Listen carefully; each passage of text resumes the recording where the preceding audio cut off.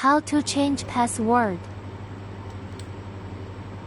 First, turn the dial to the correct password position and press the reset button behind the lock from position A to position B. Set a new password. Then turn the reset button back to position A, and the password reset is complete.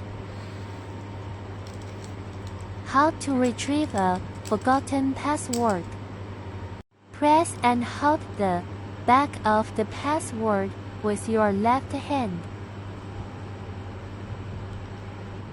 Turn the password dial until it cannot be turned. It is the correct number. By using this method to find the 4 correct numbers.